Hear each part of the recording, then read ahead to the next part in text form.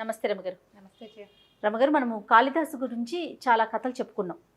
అయితే ఈయన కవిగా ఎలా మారారు? దీనికి సంబంధించి కూడా ఒక కథ ఉందని నేను విన్నాను. అది చెప్తారా? మనం మహాకవి కాళిదాసు సినిమా చూస్తే కొంచెం మనకు తెలిసిపోతుంది. ఇంచుమించుగా అలాంటిదే కథ, పేర్లు అవి వేరు, కొద్దిగా కొంచెం చిన్న చిన్న కథాగమనంలో చిన్న చిన్న మార్పులు. పూర్వం అంటే వంగదేశానికి సత్యవ్రతుడని ఒక రాజుగారు ఉండేవాడు. ఆయనకి లేక లేక ఒక కూతురు, అమ్మాయి పేరు చెంపక కలిక. చెంపక కలిక పూ మొగ్గ అనమాట. చెంపక పుష్పం తాలూకు మొగ్గ, చాలా చక్కటిది, బుద్ధిమంతురాలు.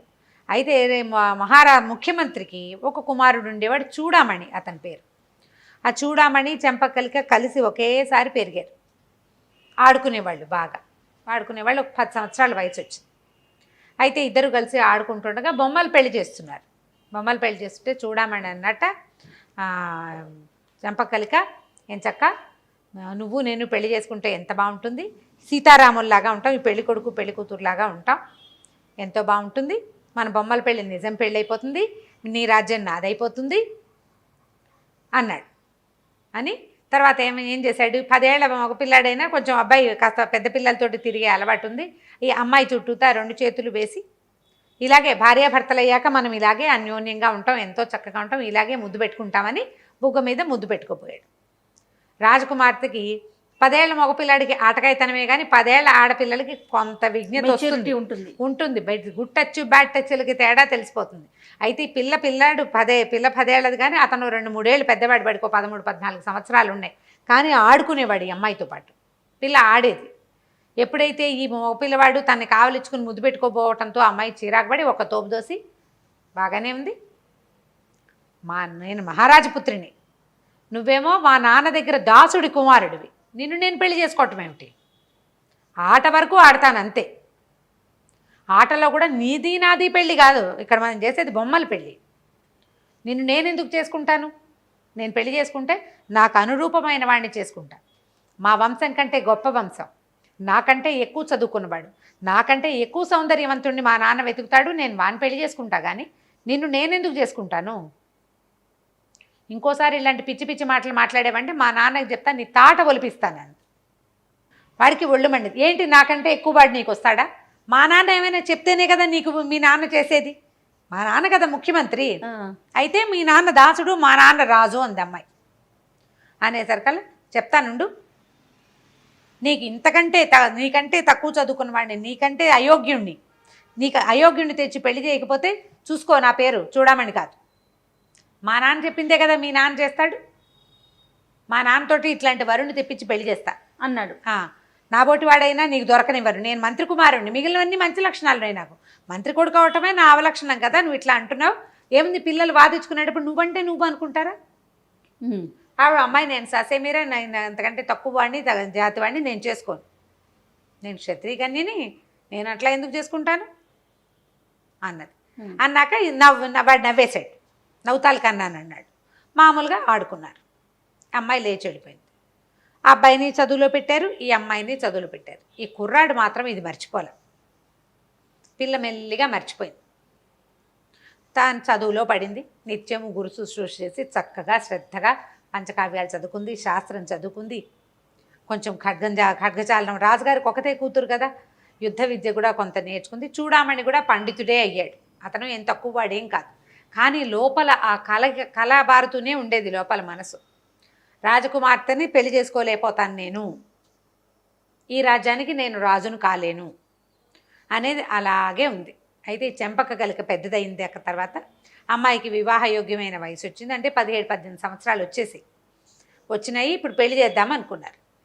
సరే, మంత్రి గారు రాజుగారు మాట్లాడుకున్నారు. పిల్ల ఇంత ఉత్తమ రాజకన్యక, మంచి వంశంలో పుట్టిన పిల్లే అదే కాకుండా బాగా చదువుకుంది, విద్యావతి అమ్మాయి. ఈ విద్యావతి లేదా విద్యాధరి పేరుతోటి మనం సినిమాలో చూస్తాం. చెంపక కలిక ఆ పుస్తకం ప్రకారం ఆవిడ కాదు పేరు, అది. పిల్ల చాలా చదువుకున్న పిల్ల కదా, అంచేత అనురూపమైన వరుణ్ణి వెతకాలి అనుకున్నారు. రాజుగారు ఏమన్నాడంటే, రాజ్యం ఉండక్కర్లా, క్షత్రియుడయి అమ్మాయిలాగా బాగా చదువుకుని క్షత్రియోచితమైన విద్యలు వచ్చిన వాడినైనా తెచ్చుకుంటే మన రాజ్యం అబ్బాయి చేతిలో పెడతాం. మంత్రి దుర్మార్గుడు కాదు, మంత్రి మంచివాడు. ఇక్కడ దుర్మార్గుడు ఎవరు? మంత్రి గారి కుమారుడు. వీడేం సరే బాగానే ఉంది మాట్లాడుకున్నారు.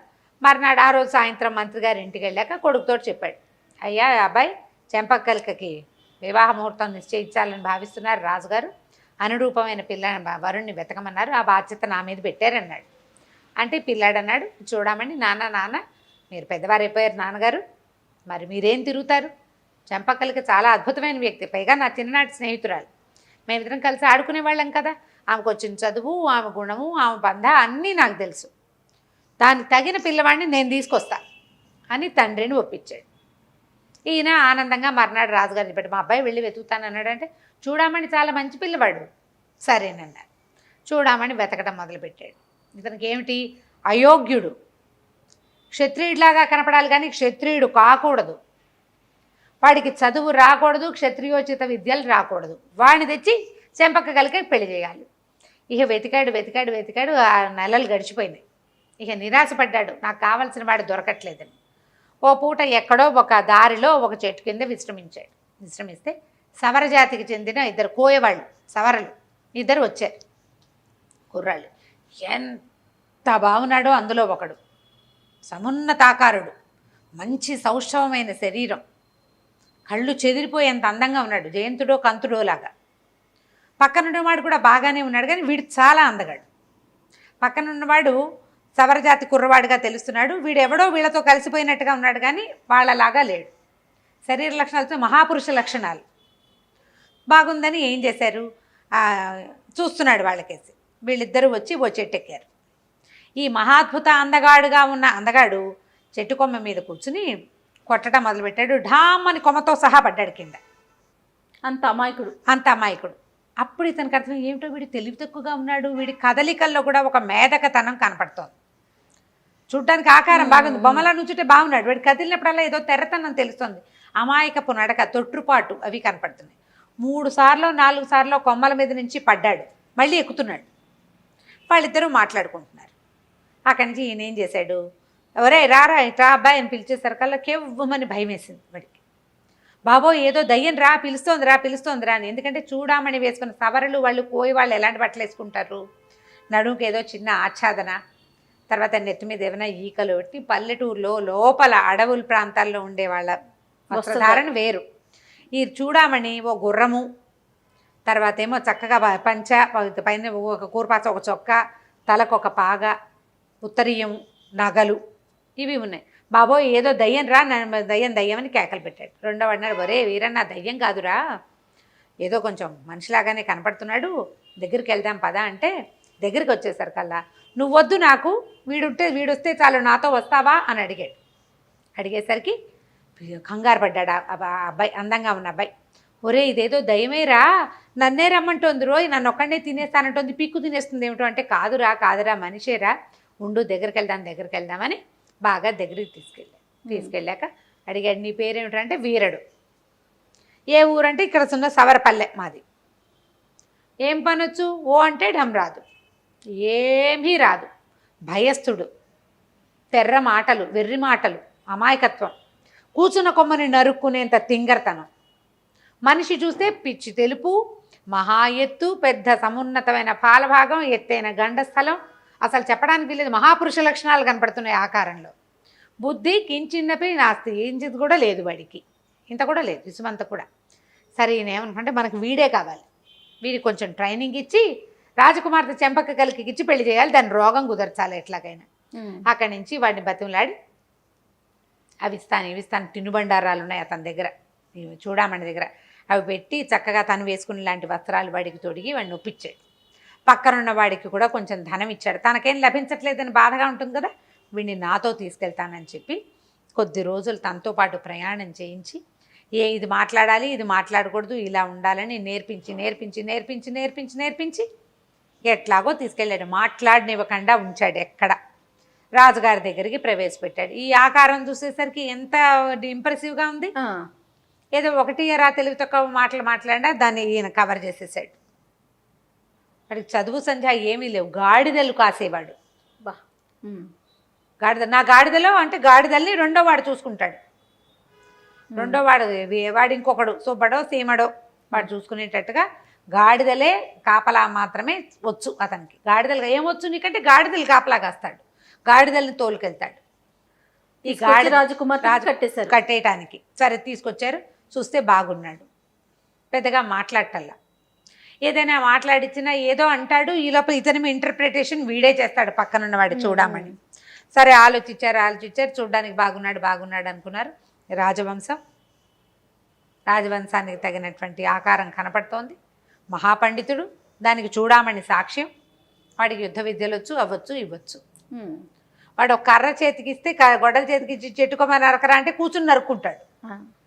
వాడికి ఇచ్చి పెళ్లి చేసేసారు. పెళ్ళి అయిపోయింది, వివాహం అయిపోయింది. వివాహం అయిపోయాక ఇద్దరు వ్యక్తులే కదా, పెద్దవాళ్లేగా. ఆవిడ 18 ఏళ్ళది, ఇతనుకో 23-22 సంవత్సరాలు వయసు, 19-20 సంవత్సరాలు ఇది కనపడుతున్నాడు కదా మగపిల్లవాడు దృఢంగా. సరే ఏం చేశారు, ఏకాంతం కల్పించడం కోసం రాజాంతఃపురంలో ఈయన ప్రవేశపెట్టారు. ఆ అమ్మాయిని పంపిద్దాం అనుకున్నారు. అయితే అంతఃపురంలో ఉన్న దాసీలు పెళ్లి కొడుకు తాలూకు వెర్రి వాలకాన్ని కనిపెట్టారు. ఏదో తేడాగా ఉన్నాడని వాళ్ళలో వాళ్ళు గుసగుసలు పోతున్నారు. ఇతని చేష్టలు అవి బాగుండలేదు. అతను ఏనాడు అంతంత అంతఃపురాలు చూసినవాడు కాదు.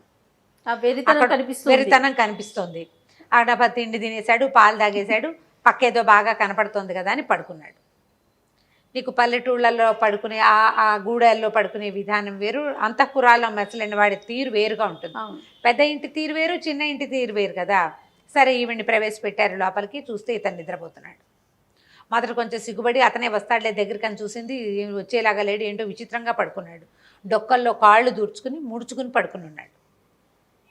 అంత ఆకారం ఉన్న మనిషి డొక్కలో కాళ్ళు దూర్చు పడుకుంటే ఏంటో వెటకారంగా ఉండదు. వీడికి అర్థం కాల. సరే ఏం చేసింది, పన్నీరు జల్లింది మీద, లేవలేదు, కదలడు. ఏంటో ఒక మధ్యలో ఈ అమ్మాయి ఏదైనా విసిన్ కరబెట్టి విసిరి తట్టి లేపబోయి ట్రై చేస్తే అతను మాట్లాడుతున్న మాటలో ఒక అసందర్భ ప్రలాపంలాగా ఉంది. ఏమయ్యా ఇచ్చి ఇచ్చి అంటాం, అచ్చి అంటే తోలుతున్న ఫీలింగ్ అనమాట అది. మొహం మీదకి ఏ గాడిద తోకో తగిలితే హే చి అంట, అలాంటి ఫీలింగ్స్. ఏమిటి ఇతను ఇట్లా ఉన్నాడు అనేది అర్థం కాల. ఏం చేసింది, సరే ఒకవేళ కావాలని చేస్తున్నాడని అక్కడ ఉన్న తమలపాకు చిలకలు అవి ఇవి పెట్టారు కదా, ఒక చిలకని ఇలా నలిపి నోట్లో పెట్టింది. పెట్టేసరికల్లా ఏ తూతూ అని ఉమ్మేస్తూ, వరే ఈ గాడిద పెంటికలు వేస్తోందిరా, దీని తోలే అన్నాడు. గాడిద పెంటికలు పదం ఎవరికి తెలుస్తుంది, గాడిదలు. ఈవిడ ఉలిక్కి పడింది. అసలు అర్థం కాల ఆమెకి. ఏమైనా చూసరికల్లా బెదిరిపోయాడు. దయ్యం అన్నాడు. ఒక నిమిషం ఆగి సర్దుకున్నాడు, ఇది పెళ్లి కూతురు అని తెలిసి. అమ్మ ఏం చేస్తుంది, వీడికి ఏమీ రాదు, మాట్లాడడం మొదలు పెట్టేసరికల్లా వీడికి సంస్కృతం రాదని, నువ్వేం చదువుకున్నావంటే ఏం చదువుకోలేదు, ఏం చేస్తావంటే గాడిదలు కాస్తా చెప్పేశాడు. నువ్వు ఎక్కడి నుంచి వచ్చావంటే అడవిలో వాడికి కనపడ్డా వాడు నన్ను తీసుకొచ్చాడు. చూడామని చిన్నప్పుడు అన్న మాటలు మర్చిపోయింది. అమ్మాయి గుర్తు కూడా లేదు, వాడంత పని చేస్తాడని అనుకోలే. చివరికి అదే పని చేశాడు. అయ్యో నా దౌర్భాగ్యం, నాకు ఇట్లా వచ్చిందే, నేను ఇప్పుడు ఏం చేయను. అక్కడి నుంచి ఇది బాధ్యత. కానీ ఆకారం చూస్తే మాత్రం ఇది కోయ జాతిలో పుట్టినట్టు ఆకారం కాదు. సాముద్రిక లక్షణాలు, ఉత్తమ సాముద్రిక లక్షణాలు ఉన్నాయి అతని దగ్గర. మనిషి చాలా బాగున్నాడు. సరే నువ్వు ఎక్కడి నుంచి వచ్చావు, నువ్వు సవరలోనే పుట్టావా, మీ అమ్మ ఎవరు, మీ నాన్న ఎవరు అంటే, నేను సవరల దగ్గరే పెరిగా, కానీ నేను వాళ్ళకి పుట్టలేదు, వాళ్ళు నన్ను ఎక్కడి నుంచో తెచ్చారు. నీకెవరు చెప్పారంటే, ఒకసారి ఒక సోదమ్మ అడగటానికి మా ఇంటికి వచ్చింది. సోదమ్మాయి వచ్చింది, మా అమ్మ మా సోదమ్మాయి మాట్లాడుకుంటున్నారు, అప్పుడు నేను విన్నా అన్నాడు. ఏం మాట్లాడుకున్నారంటే, ఈ కుర్రాడు వచ్చాక మీ సంగతి బాగుందా అని అడిగింది. మా సంగతి బాగుంది, మా గుంపులో ఎప్పుడు ఏమీ నష్టాలు జరగలేదు, గాడిదలన్నీ పిల్లలు పెట్టాయి, బోళ్ళని గాడిదలైనాయి అని చెప్పింది మా అమ్మ. మాలాగానే ఒక బాపన కుర్రాడు, ఇంకొక మా గుంపులాగానే ఇంకో గుంపులో కూడా బాపన కుర్రాడు దొరికాక వాళ్ళ జీవితాలు బాగున్నాయని చెప్పింది అని చెప్పాడు. అంటే ఇతను ఒక బ్రాహ్మణ యువకుడు అవ్వడానికి అవకాశం ఉంది. ఎక్కడో పిల్లవాడు దొరికాడు వాళ్ళకి, వాళ్ళు తెచ్చి సావర్గూడెంలో పెంచారు. వాళ్ళతో పాటు పెరిగినప్పుడు అమాయకుడు మేధకుడు ఆ పడిపోయిన సమయంలో ఎక్కడో తల్లిదండ్రుల నుంచి తప్పిపోయాడు. తలకి తగిలిన దెబ్బలో జ్ఞానం లేదు.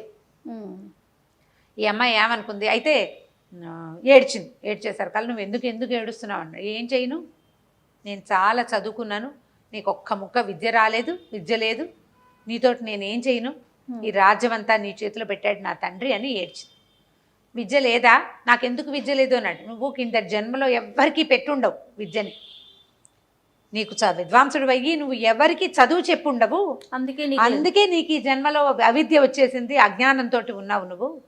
విద్యాదానం చేయని వాడు ఇలా అయిపోతాడు, విద్య లేదు నీకు, ఈ విద్య లేని వాడితోటి నేను ఎట్లా ఉండాలి, నేను ఇంత విద్యావతిని అని బాగా ఏడిస్తే ఎట్లా వస్తుందో చెప్పు, నాకు ఆ విద్య ఎట్లా వస్తుందో చెప్పు అని ఆమెను కుదిపి అడిగాడు.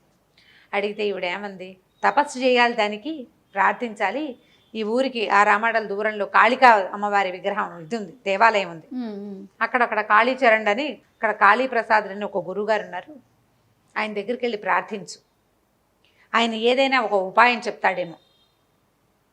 నువ్వు ఏదో బ్రాహ్మణ జన్మ ఎత్తావు, ఇక్కడ పెరిగావు, మళ్ళీ నీకు ఒక క్షత్రియ కుటుంబంలో ఉండేందుకు అవకాశం లభించిందంటే ఏదో ఉంది ఒక తాళం, ఇదేమో చూడు అని ఏడ్చేసరికల్లా ఆయనకి ఏమనిపించింది, వాడికి ఇది చక్కగా ఉంది అందగత్తె, ఎంత బాగుంది, చెప్పిందిగా ఏదో చెప్పిన పని చేస్తాడు, చూడమని చెప్పిన పని చేశాడు. ఈ అమ్మాయి చెప్పిన పని చేయడానికి అమాయకుడు, ఎవరు గట్టిగా మాట్లాడితే వాళ్ళ మాట వింటాడు. చాలా మందిని చూస్తాను చూడండి. అప్పుడు ఇతని విద్య కోసం అక్కడ కాళీప్రసాదుడి దగ్గరికి వెళ్ళేసరికల్లా ఈ కాళికాదేవి దేవాలయం ఎంతో బాగుంటే ఆయన ఏమన్నాడు, నాయన ఏమీ లేదు, కాళీ మంత్రం నీకు ఉపదేశిస్తా చెప్పాడు.